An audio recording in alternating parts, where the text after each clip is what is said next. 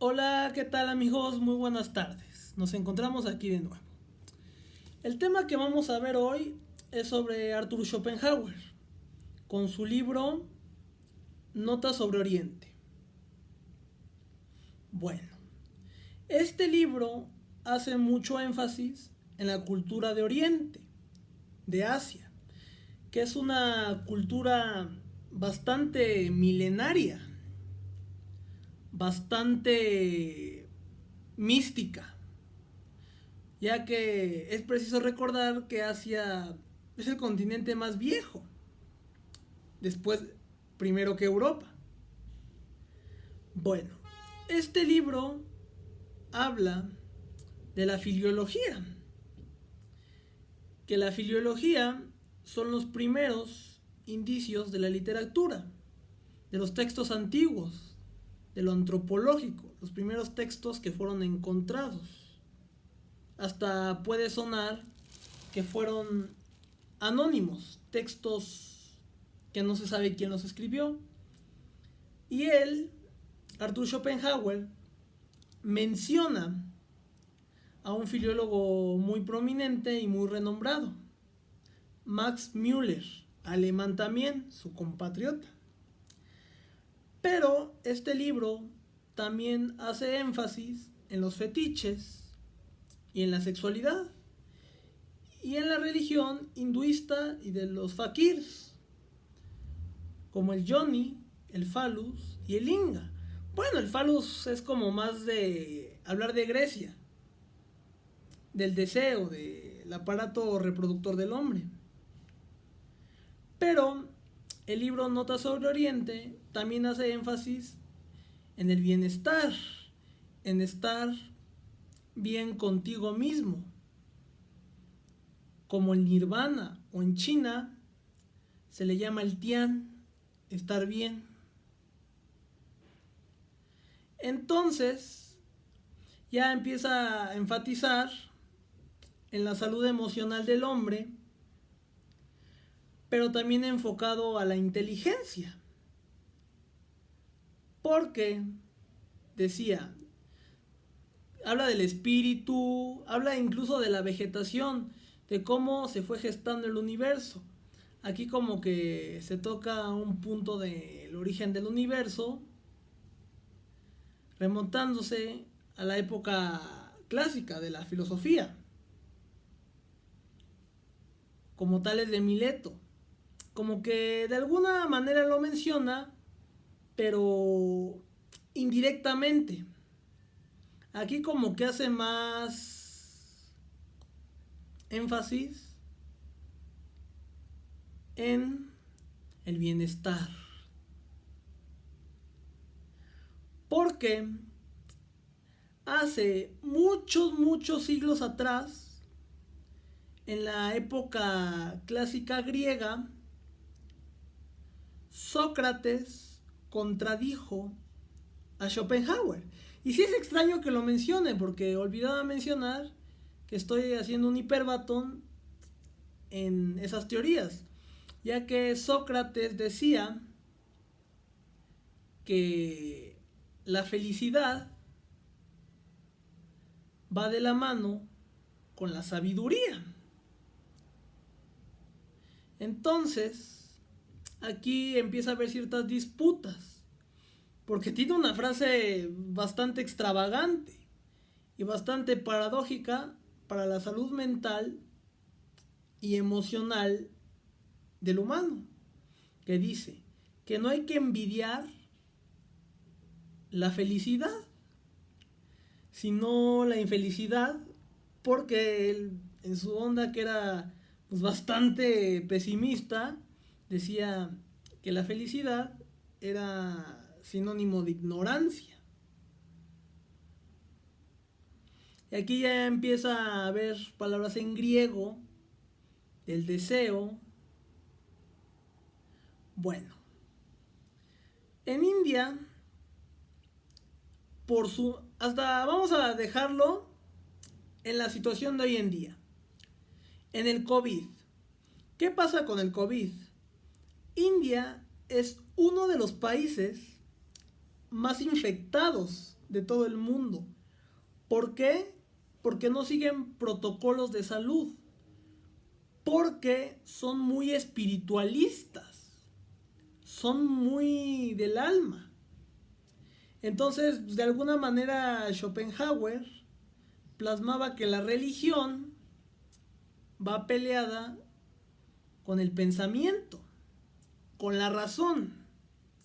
Y puede sonar incluso peyorativo, despectivo, pero aquí hay dos clases de hombres: los designs y los entes.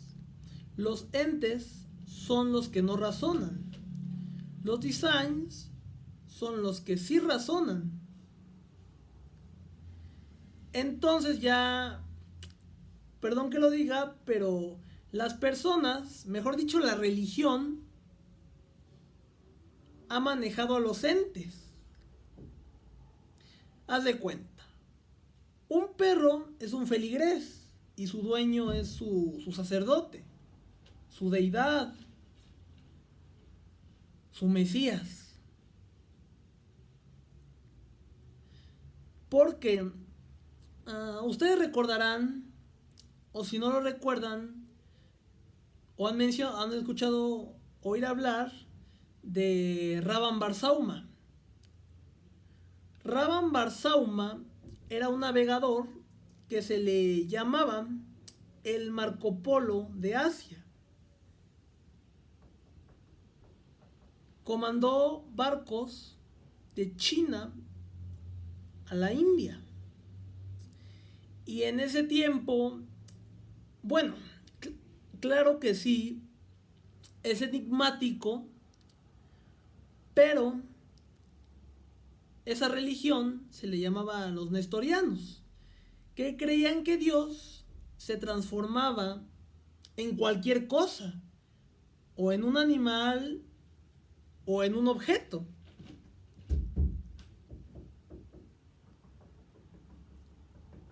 Entonces, bueno, es como un derivado del panteísmo. Entonces, ya hay un libro que es se llama Ser y Tiempo, de Martin Heidegger.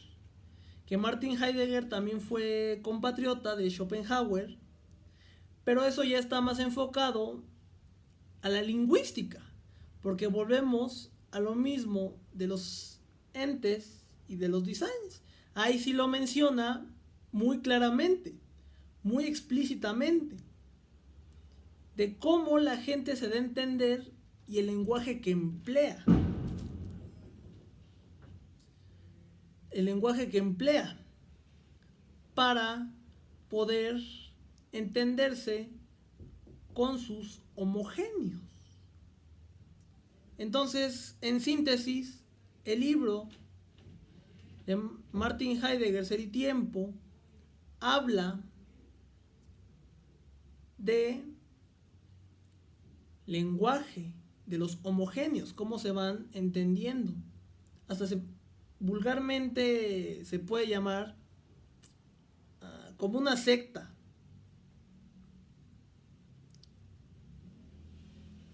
Entonces ya empieza a profundizar. Aquí hay como una diferencia entre el libro Notas sobre Oriente y el libro Ser y Tiempo. Que el libro Notas sobre Oriente habla de los primeros indicios de la literatura. Habla de cuando fue descubierta, cuando no tenía perspectiva, cuando no empleaban filosofía, pensamiento o criterio para emplear un texto. Y en Ser y Tiempo sí, ahí habla de la mente, incluso de cómo la gente se va comunicando. ¿Qué tan importante es la comunicación? Hasta incluso puede el libro Ser y Tiempo de Heidegger puede ser elitista. Porque parece una realidad muy cruda, pero a final de cuentas lo es. Cómo dos heterogéneos no tienen la misma idiosincrasia o el mismo lenguaje. Son diferentes mundos. Y aquí, en México, es donde abunda eso. México, ya hablando de México, México es un país muy rico en contrastes. Unos se entienden de una manera, otros se entienden de otra. Es como hablar de la realidad sui generis, ya haciendo más énfasis a la sociología. También había un libro de Max Horkheimer, pero él estaba más enfocado a la psicología.